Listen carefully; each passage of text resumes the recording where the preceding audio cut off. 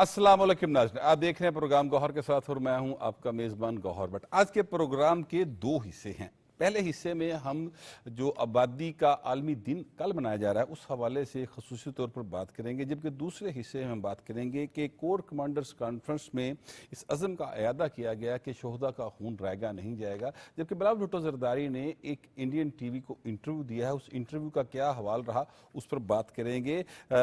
इन सारी इशूज़ पर बात करने के लिए हमारे साथ लाहौर स्टूडियो में मौजूद हैं जनाब सईद चौधरी साहब, जनाब सजाद अनवर साहब, जनाब तौसीफ अहमद खान साहब, जबकि हमें खसूसी तौर पर पहले हिस्से में ज्वाइन किया है DG population doctor Sofia Younus साहबा में। तो पहले बात करते हैं कि जो दुनिया में आबादी है बड़ी तेज़ी के साथ बढ़ रही है और जो माहिरीन हैं वो कहते हैं कि आइंदा चंद बरसों में ये आबादी 10 अरब हो जाएगी। आबादी एक बहुत बड़ा मसला दुनिया के अंदर। जाहिर है कि जैसे जैसे लोगों की तादाद में इजाफा होगा वैसे वैसे जो है उनके ज़िंदा रहने के लिए वसाइल भी चाहिए, उनको खुराक चाहिए, उनको हेल्थ का इशू होगा, उनकी जो सिविक फैसिलिटीज़ हैं उनकी भी ज़रूरत पड़ेगी। तो दुनिया जो है पूरी की पूरी उनको एक नया जो है सिस्टम डेवलप करने की शायद ज़रूरत पड़े जिस तेज़ी के साथ आबादी बढ़ रही है। सबसे पहले मैं जाऊंगा जनाब के डीजी पॉपुलेशन जो है डॉक्टर सोफिया साहबा, वो ये बताएं कि पाकिस्तान की जो आबादी है उसका तनासब बढ़ने का क्या है और क्या हम इस पर प्रॉपर तरीके से काबू पाने में कामयाब हो रहे हैं या नहीं। डॉक्टर साहब, आपको मेरी आवाज़ आई है? बहुत शुक्रिया, थैंक यू सो मच मुझे यहाँ बुलाने के लिए, रियली फीलिंग ऑनर्ड। तो मैं ये सबसे पहले बताऊंगी कि दुनिया की आबादी तो बढ़ रही है लेकिन हम उसमें बहुत बड़ा कंट्रीब्यूटर के तौर पे रोल प्ले कर रहे हैं। हमारी आबादी का अगर पिछले सेंसस से इस सेंसस तक मवाजना किया जाए तो 2.55% के हिसाब से ये आबादी बढ़ रही है, जो किसी भी यानी एक ऐसी नेशन के लिए जो कि एक एटॉमिक नेशन भी है उनके किसी भी तरह ये उनके मुताबिक नहीं है।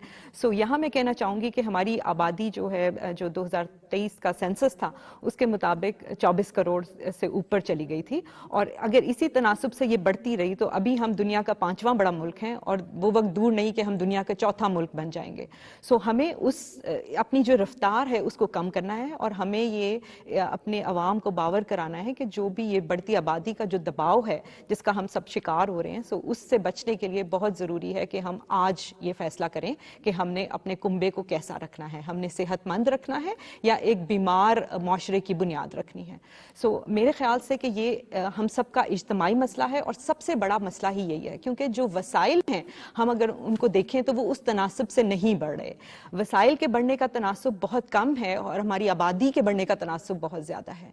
इसी वजह से हम अपनी आबादी का और जो हम अपने लोग, आबादी कौन है, लोग हैं, और उन लोगों का हम ख्याल नहीं रख पा रहे। हम देख रहे हैं कि बहुत ज़्यादा लोग बीमार पड़ रहे हैं। पहले वक्तों में हमारे पास इन्फेक्शियस डिजीज़ बहुत ज़्यादा होती थी, आजकल हम देखें तो हमारा डिजीज़ बर्डन जो है वो शिफ्ट होता चला जा रहा है क्रॉनिक डिजीज़ की तरफ। हेपेटाइट जैसे ब्लड प्रेशर है, शुगर है, कैंसर है, इसी तरह मेंटल इलनेसेस आ गई हैं। सो हम एनसीडीज़ और ये नॉन कम्युनिकेबल डिजीज़ की तरफ ज़्यादा बढ़ते जा रहे हैं और वो सब क्यों हो रहा है? ये सारा आबादी के दबाव की वजह से हो रहा है। हम उतने वसाइल नहीं रख पा रहे, हमने अपने हैबिट्स चेंज कर लिए हैं। सो ये सब चीज़ें मिल के हमारे जो हैं मसाइल को और गंभीर बना रही हैं। हम कितने अस्पताल बनाएंगे, हम कितने ही लोगों के लिए सहूलियात मुहैया करेंगे, कितनी अद्वियात फराहम करेंगे?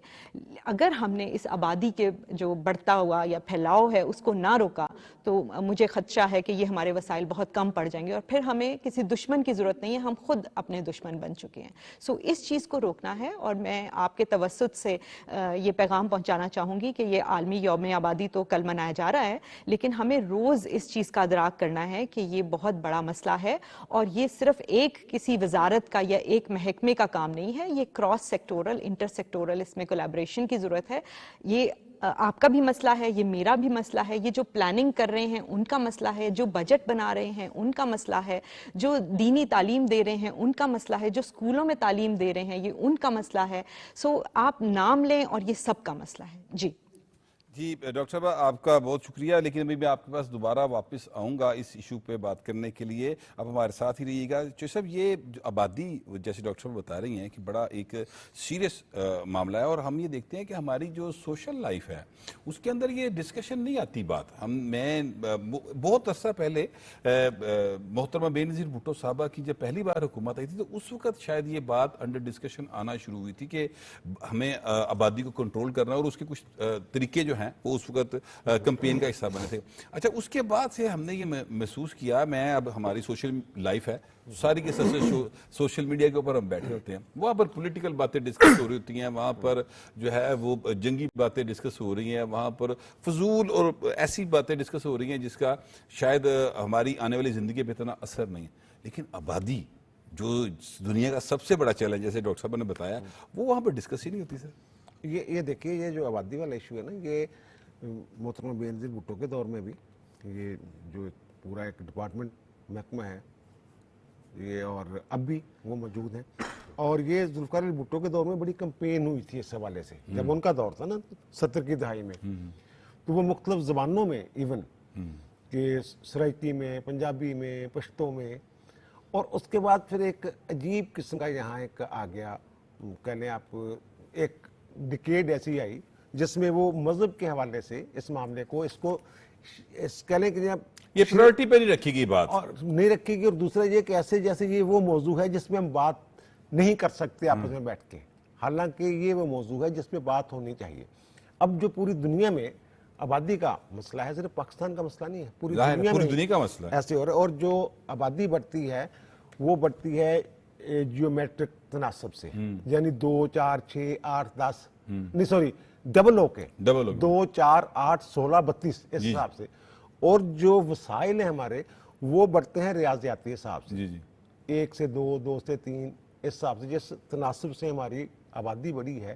وسائل ہمارے وسائل اس طرح سے نہیں بڑھے ہیں, اور یہ بڑا سیریس مسئلہ ہے. اور آپ کو یاد ہوگا کہ چین کی آبادی کے جب مسائل تھے تو وہاں جو ان کے بانیان تھے وہ یہ کہا کرتے تھے کہ جناب اگر ایک بندہ ایک پیٹ لے کے آتا ہے کھانے کے لیے تو 2 ہاتھ بھی لے کے آتا ہے. جی بعد میں جب یہ دیکھا کہ 2 ہاتھ یعنی کمانے والے, یعنی 2 ہاتھوں نے ایک پیٹ کو بھرنا ہے, اگر وہ ہاتھ جو ہیں ان کی جو یوٹیلائزیشن ہے ان کو اگر چینلائز ہی نہیں کیا جاتا, وہ صرف کھانے کے لیے ہاتھ ہے, تو وہ کام کرنے کے لیے نہیں ہے, تو پھر تو وہ بوجھ بن جائیں گے, وہ ہاتھ بھی بوجھ بن جائیں گے, بوجھ بن جائیں گے. اور دوسرا جو حق زندگی ہے, حق زندگی کا مطلب یہ نہیں ہے کہ جب ہمیں سانس لے رہے ہیں, ہم آکسیجن ہمیں میسر ہے اور روزی روٹی جو ہے وہ ہماری چل رہی ہے. حق زندگی میں ہے معقول حق زندگی, یعنی جو ضروریات زندگی ہیلدی لائف, ہیلدی لائف وہ بہت ضروری ہے, وہ ہمیں ملنی چاہیے. بالکل. اور میرا خیال ہے کہ ہماری حکومت جو ہے یہ کوشش کر رہی ہے اس حوالے سے. دنیا میں جو کام کرنے والا نوجوانوں کا, جوانوں کا تناسب ہے آبادی میں, وہ پاکستان کا جو ہے وہ حوصلہ افزا ہے. لیکن بار پھر بھی اس پہ مزید کام کرنے کی ضرورت ہے. جیسے ڈاکٹر صاحب بتا رہی ہیں کہ اگر ہم نے اس کو کنٹرول نہ کیا تو چیزیں بہت زیادہ آگے بڑھ جائیں گی, اور ہمارے وہ وسائل نہیں ہیں کہ ہم ان کو پھر سنبھال سکیں. اس بات کا انہوں نے خدشے کا اظہار کیا ہے. سجاد عمر صاحب, یہ جو ہے جب یہ میرے پاس جو خبر ہے اس کے مطابق یہ ہے کہ 1950 میں پہلی بار آبادی کا جو ہے وہ تخمینہ لگایا گیا تھا. اس وقت آبادی 2.5 ارب تھی. آج جو آبادی ہے وہ 8.2 ارب ہے. یعنی ہم 1950 سے اب تک انسان جو ہے اس کرۂ ارض کے اوپر 2.5% سے زیادہ بڑھ گیا ہے. تو چیزیں جو ہیں وہ کافی تیزی کے ساتھ بڑھ رہی ہیں. تو لیکن ہم اگر اپنے ملک کے تناظر میں دیکھیں تو یہاں پر بھی آبادی کا تناظر 2.55 ہے, یعنی ہم یہاں پر بہت تیزی کے ساتھ آگے بڑھ رہے ہیں. نہیں, آپ یہ دیکھیں نا, یہ جو 50s کی بات کر رہے ہیں آپ, اس وقت پاکستان نے اقوام متحدہ کی اسپانسرشپ میں پہلی اپنی مردم شماری کی تھی. 51 میں اس کے نتائج آئے تھے, تو پاکستان کی آبادی اس وقت 3 کروڑ 37 لاکھ تھی. اور آپ دیکھیں کہ انکلوڈنگ ایسٹ پاکستان ٹوٹل اس وقت ہم 24 کروڑ سے زیادہ ہیں. 24 کروڑ 50 لاکھ کی 2023 میں بلتستان اور کشمیر شامل نہیں. اچھا, لیکن جو میں بریک اپ بتاتا ہوں آپ کو کہ 98 میں اس کے بعد جو مردم شماری ہوئی وہ 13 کروڑ 20 لاکھ لوگ تھے, اور پھر 2017 میں 20 کروڑ, اور اب کے وہ جو 24 میں ہوئی 23-24 میں ہوئی اس میں 24 کروڑ 50 لاکھ بتائے جا رہے, جبکہ ایک اندازہ ہے کہ آبادی اس سے زیادہ ہے. اب اگر ہم ریجن میں دیکھیں کہ اسی ریجن میں, ہماری ریجن میں گروتھ کا کیا معیار ہے, تو آپ حیران ہوں گے کہ پاکستان کی گروتھ 2.45 جو ابھی بتائی آپ نے, افغانستان کی 2.3, उसके बाद बांग्लादेश, जो इन्होंने बात की ना कि मज़हब को भी एक ढाल बनाया जाता है, बाज़ कंजर्वेटिव लोगों ने कहा कि फैमिली प्लानिंग का तस्वर ही गलत है। लेकिन बांग्लादेश ने इस पे काम किया और आज बांग्लादेश की जो शरह नमू आबादी की वो 0.9% है और हम 2.4 पे हैं। तो भारत में जहाँ पे एक मल्टी रिलीजियस सोसाइटी 1.4 इंडिया में है, जबकि बांग्लादेश में 0.9 जैसा मैं बताया। इंडिया की आबादी जो है ना, सर मेरी बात सुने, जरा रुकूंगा, टाइम की कमी है तो मैं दोबारा डॉक्टर साहब के पास जाना है। मैं ये कह रहा हूँ कि इंडिया की आबादी वैसे 1.4 बिलियन है। नहीं, मैं शरह नमू की बात कर रहा हूं। अच्छा, मैं डॉक्टर साहब उन्होंने कुछ थोड़ा, अच्छा मैं उनके बारे में थोड़ा सा आपसे इजाजत चाहूंगा कि टाइम शॉर्ट है, मैं डॉक्टर साहब के पास वापस जाना है। डॉक्टर साहब ये बताइएगा कि मेरा सवाल आपसे ये है कि जिस तरह से आप बता रही हैं कि हालात जो हैं वो बड़े संजीदा हैं आबादी के बढ़ने के हवाले से, लेकिन हम ये देखते हैं कि जो सोशल मीडिया है उसके ऊपर उस तरह से कंपेन्स रन नहीं की जाती। अब जाहिर है कि आम आदमी जो है वो इस चीज़ को किसी और तरह से देखता है, उसमें बहुत सारे कंजर्वेटिव लोगों के जो प्रोपेगेंडा हैं उससे भी वो आम आदमी मुतासर होता है। तो ये काम तो आपके डिपार्टमेंट का या फैमिली प्लानिंग के डिपार्टमेंट का, यानी इस सतह के ऊपर किया जाना चाहिए ना, कि पूरी एक अवेयरनेस जो है वो सोशल मीडिया के जरिए फैलाई जाए, इलेक्ट्रॉनिक मीडिया के जरिए फैलाई जाए और ये कंटिन्यूस रहना चाहिए। हम देखते ये हैं कि आबादी का जब आलमी दिन आता है तो हम उसके ऊपर एक प्रोग्राम करते हैं और उसके बाद बात खत्म हो जाती है। जो इस तरह से तो काम नहीं चलेगा।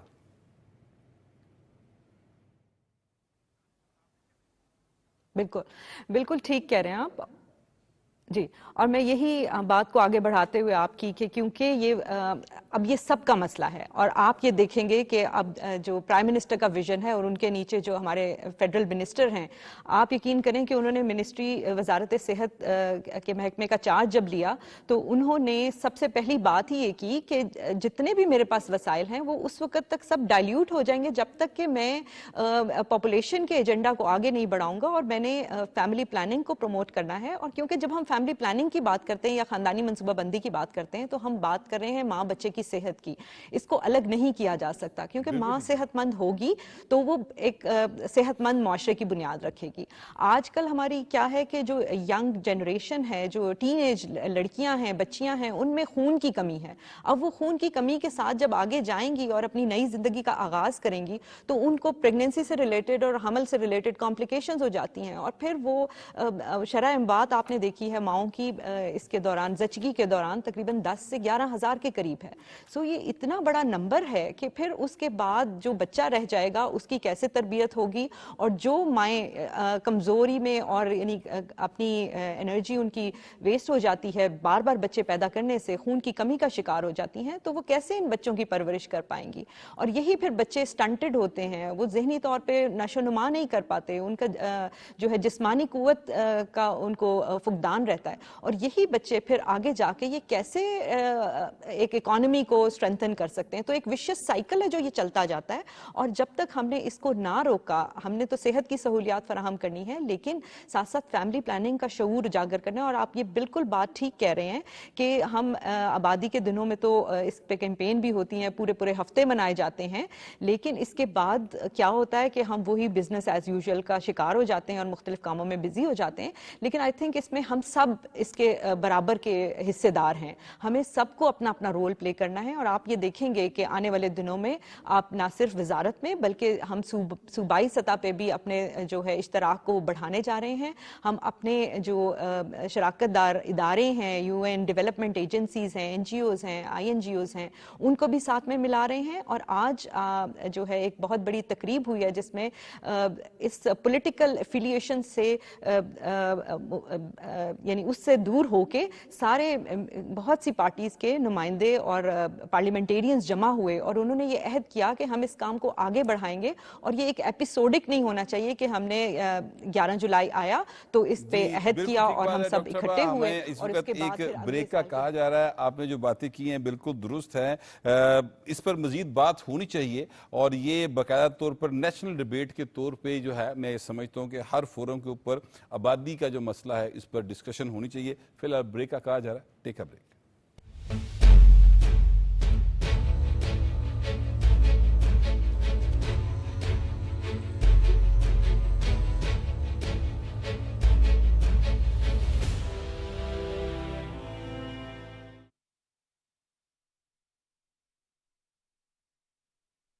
الله أكبر الله أكبر الله أكبر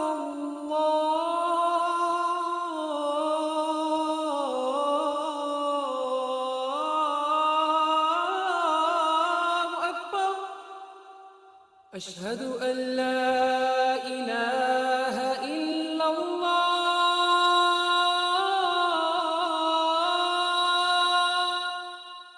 أشهد أن لا إله إلا الله أشهد أن محمد رسول الله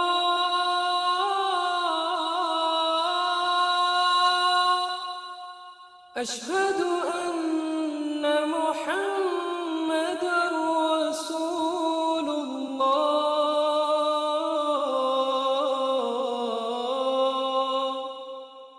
حي على الصلاة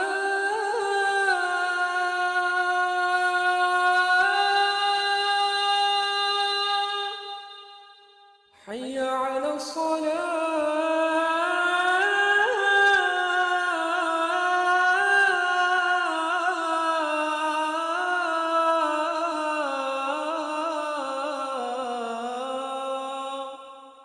حي على الفلاح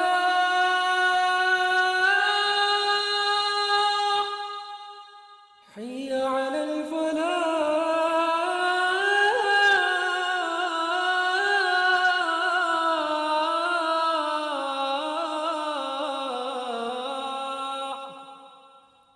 الله أكبر الله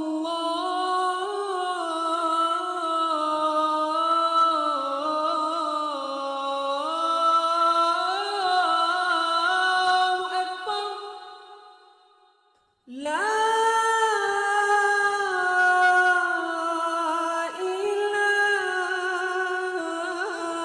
إله إلا الله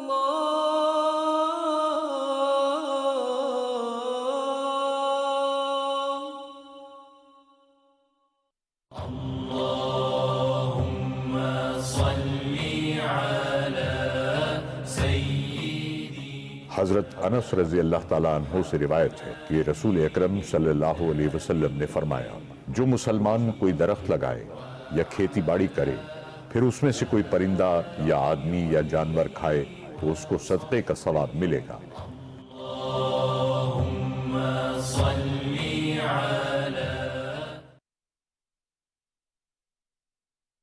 قرآنی آیات اور احادیث نبوی صلی اللہ علیہ وآلہ وسلم کا احترام ہم سب پر فرض ہے۔ تعزیرات پاکستان کے سیکشن 295 بی کے تحت قرآن پاک کی توہین قابل سزا جرم ہے جس پر عمر قید کی سزا ہو سکتی ہے۔ اس کو گندگی یا ردی میں نہ پھینکا جائے۔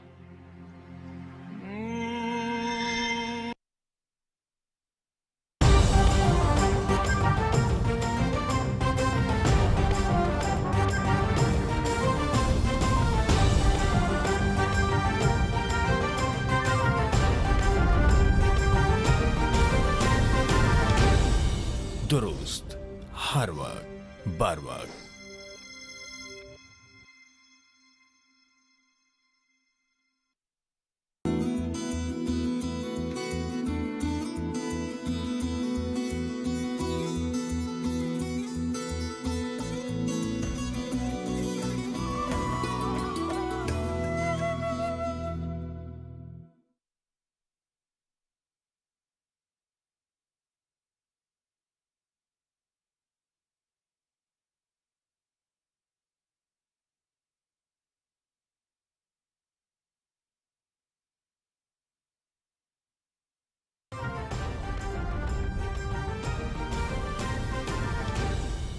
درست ہر وقت بر وقت۔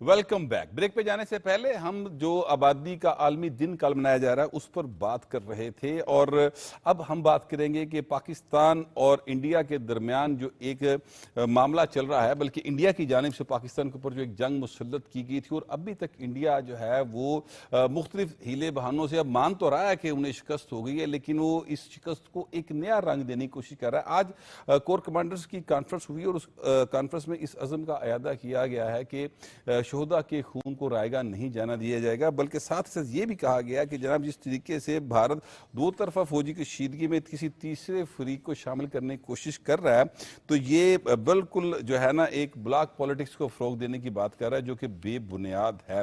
इसी पर बात करेंगे। मैं तौसीफ अहमद खान साहब, मैं चाहता हूँ कि इस हवाले से ये जो आज कोर कमांडर कॉन्फ्रेंस हुई थोड़ा सा इसका ब्रीफ दे दें, और ये जो भारत के डिप्टी आर्मी चीफ ने एक कोशिश की है इस तरीके से, तो ये आपके ख्याल में उसकी कोशिश कामयाब हो जाएगी? कोशिश मेरा ख्याल है कि भी एक तो पहली बात कि भी अभी जो इंडिया ने जंग की थी, आप कह रहे थे ना कि अभी 4 रोज़ा जो जंग की थी, मेरा ख्याल है ये जो पिछली जंग चल रही थी ना, जो दहशत गर्दी में हमें मसरूफ़ किया हुआ था इंडिया की फंडिंग से, इंडिया की इन्वॉल्वमेंट से, ये उसी का तसलसल था। उनकी ये तसल्ली थी कि हमने इन्हें इतना ब्लीड कर लिया है कि अब हम हमला भी कर सकते हैं, तो उसका जवाब मिला है। और उसके बाद अल्लाह ताला ने हमें इज़्ज़त दी, उसके असरात हर जगह आने शुरू हुए। लेकिन वो जो कोर कमांडर्स कॉन्फ्रेंस की आप बात कर रहे हैं, उसमें बेसिकली यही है कि हम अपने शोहदा की कुर्बानियों को नहीं भूलेंगे। वो शोहदा कहाँ कुर्बानियाँ दे रहे हैं?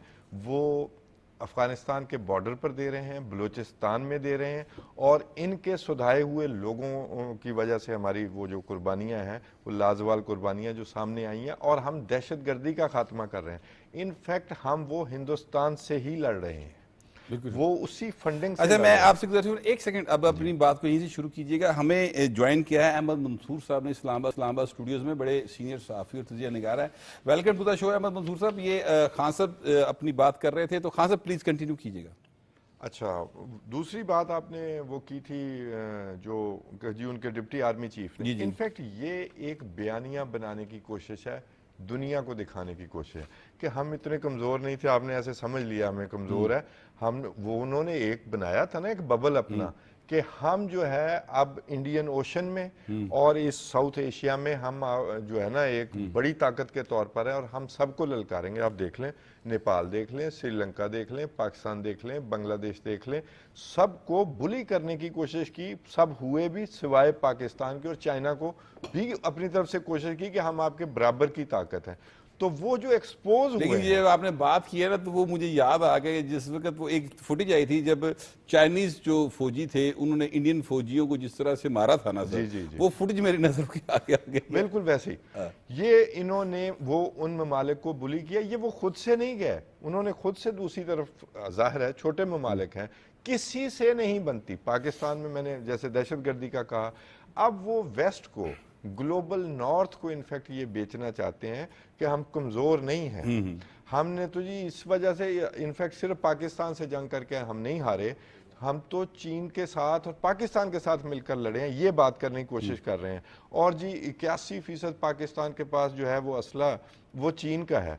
देखें, या तो इसके सबूत दें कि यहाँ चीन की फौज आके लड़ी है, तो फिर दुनिया नहीं मान रही ना इसी बात को, इसी वजह से नहीं मान रही। तो वरना आपके पास तो फ्रेंच असला भी है, आपके पास तो रशियन भी है, आपके पास तो अमेरिकन भी है, सारा आपने तो पूरा एक मिक्सचर बनाया हुआ है। वो मिक्सचर ही चेक कर लें कि उसी वजह से शायद वो चीज़। अगर उनकी बात को अहमद मंसूर साहब हम बाय कर लें 1 मिनट के लिए, मतलब Indian army deputy army chief जो कह रहे हैं कि पाकिस्तान फ्रंट पे था लेकिन चाइनीज असला था और फिर टर्की का असला था, तो अगर इस बात को जो है वो 1 मिनट के लिए बाय किया जाए, तो फिर इंडिया तो इसराइली असले के साथ लेस था, अमेरिकन असले के साथ था, रशियन असले के साथ था, और वो तो मतलब है कि फ्रांस के जो जहाज हैं वो उनके पास थे, तो वो तो इस हिसाब से 5 ममालिक थे जो हमारे मुकाबले के ऊपर थे। तो इंडिया जो है वो इस तरह तो फिर 5 ममालिक को हमने 1.5-2 घंटे में शिकस्त दे दी।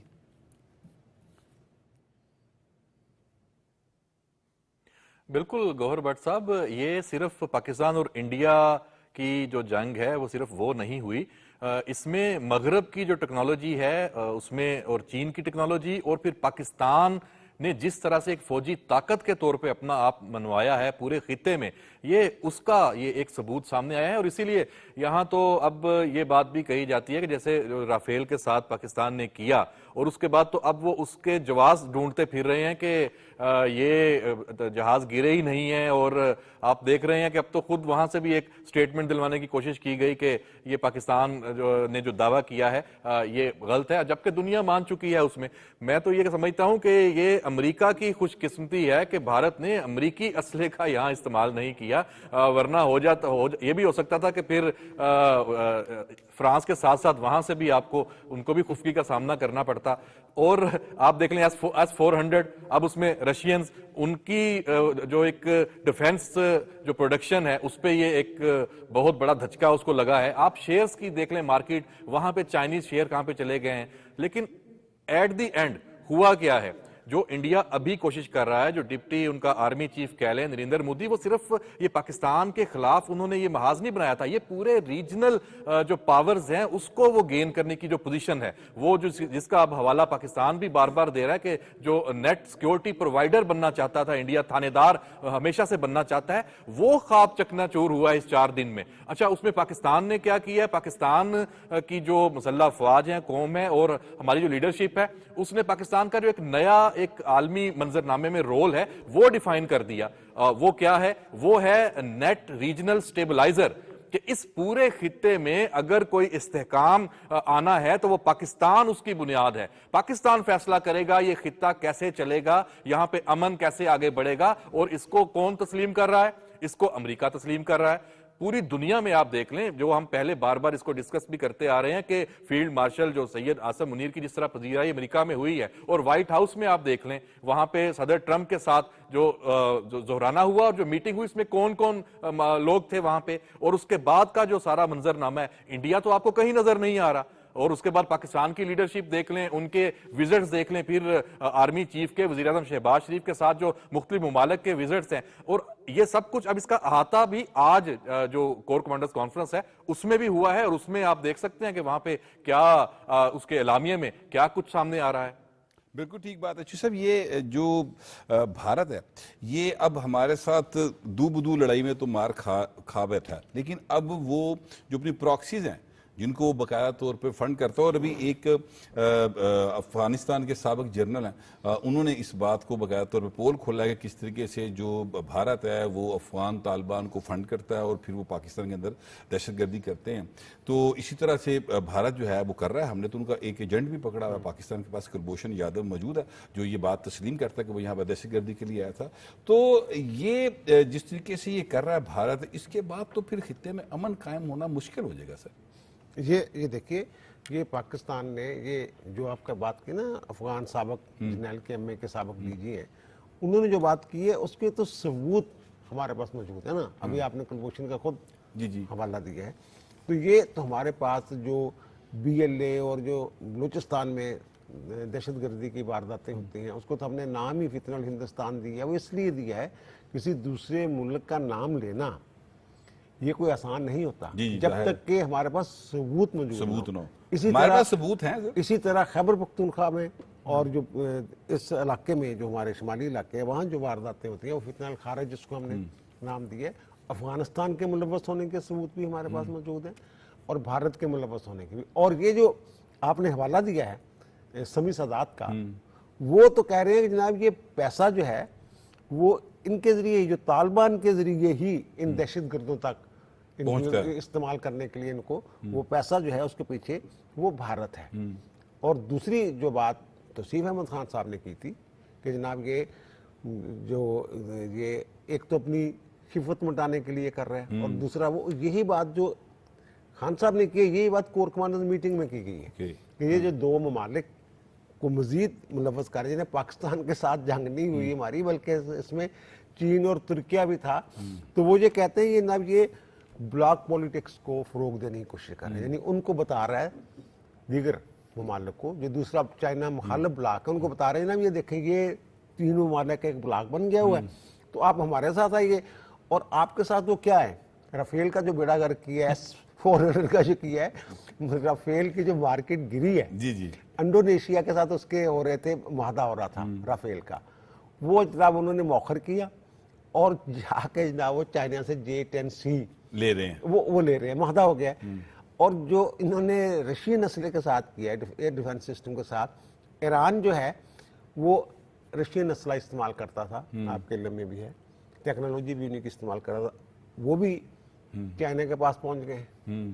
یعنی جو مغربی اسلحہ یا یورپین اسلحہ اور پاکستان کی جو ایک کہہ لیں آپ مہارت جو ہے جی اصل بات یہ ہے چینی اسلحے میں، ٹھیک ہے نا، جو ہم نے حاصل کی، تو اس کے بعد وہ دونوں کا اگر موازنہ کیا جائے، ادھر مارکیٹیں گر رہی ہیں، ادھر یعنی کہ جو اسلحے کی منڈی کا توازن ہے وہ بھی ایک طرح سے جنگ کی وجہ سے بالکل ٹھیک بات ہے. رانا صاحب، یہ اب جس طریقے سے رافیل کے ساتھ اور بھارتی جو فضائیہ تھی اس کے ساتھ ہماری فضائیہ نے کیا ہے، تقریباً اسی سے ملتا جلتا حال جو ہے بلاول بھٹو نے کل کرن تھاپڑ کے ساتھ کیا ہے. مطلب اگر میں کہوں کہ آتما رول کے رکھ دی ہے کرن تھاپڑ کی تو یہ بات شاید غلط نہیں ہوگی. آپ نے انٹرویو دیکھا، آپ کا کیا ویو ہے اس کے اوپر؟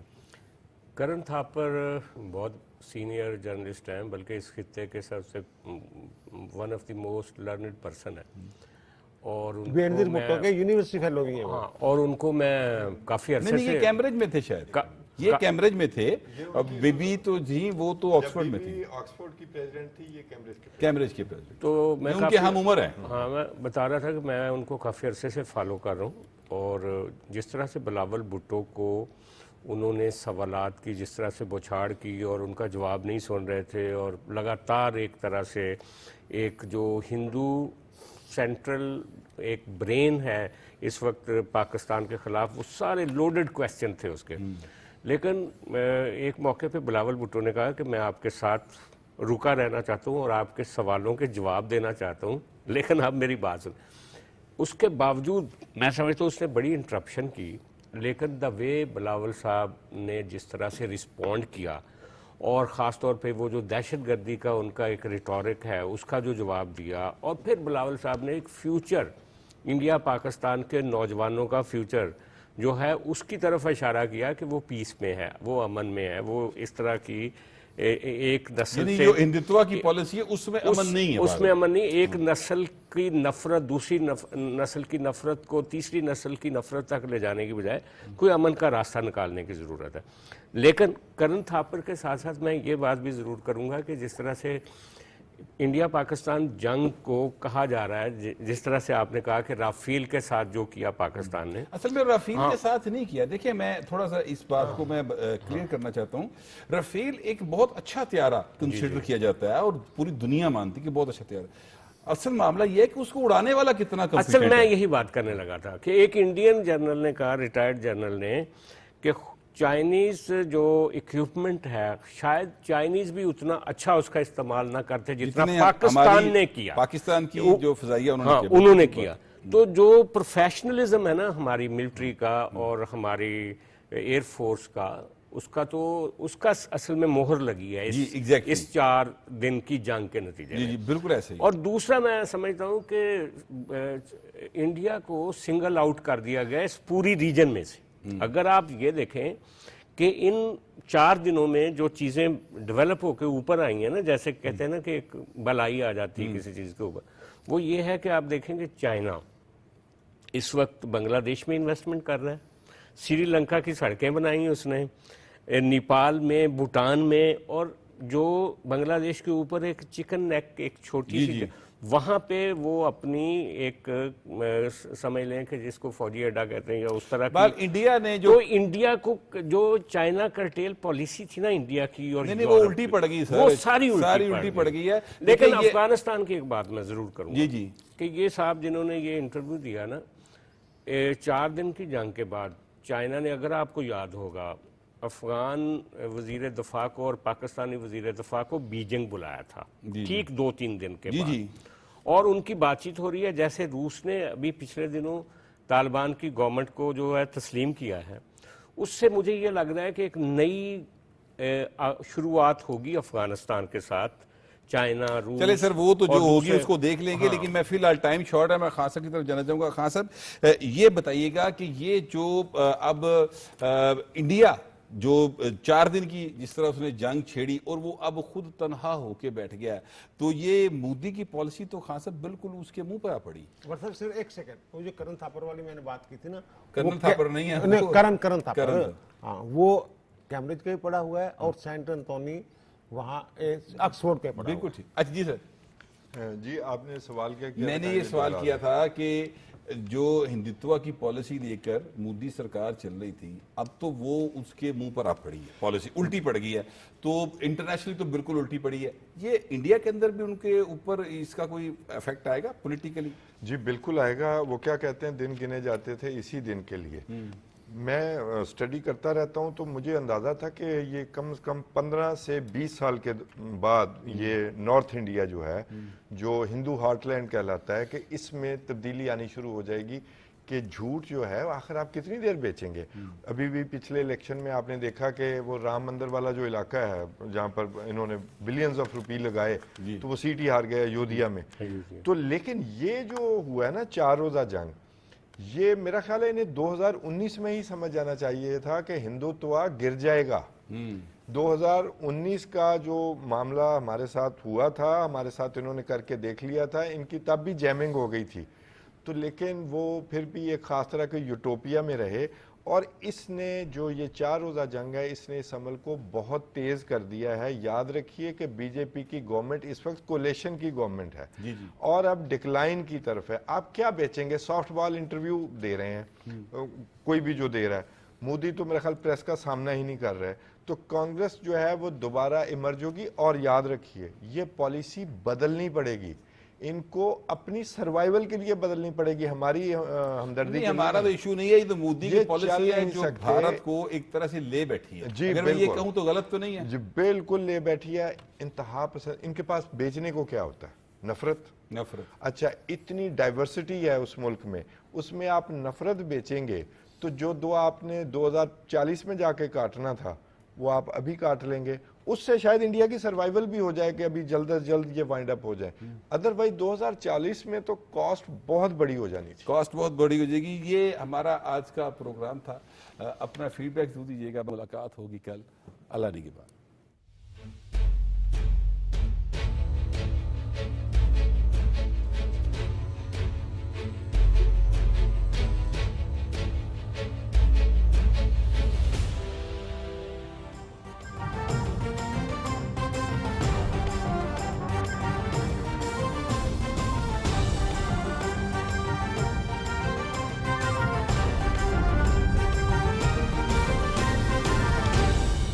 दुरुस्त।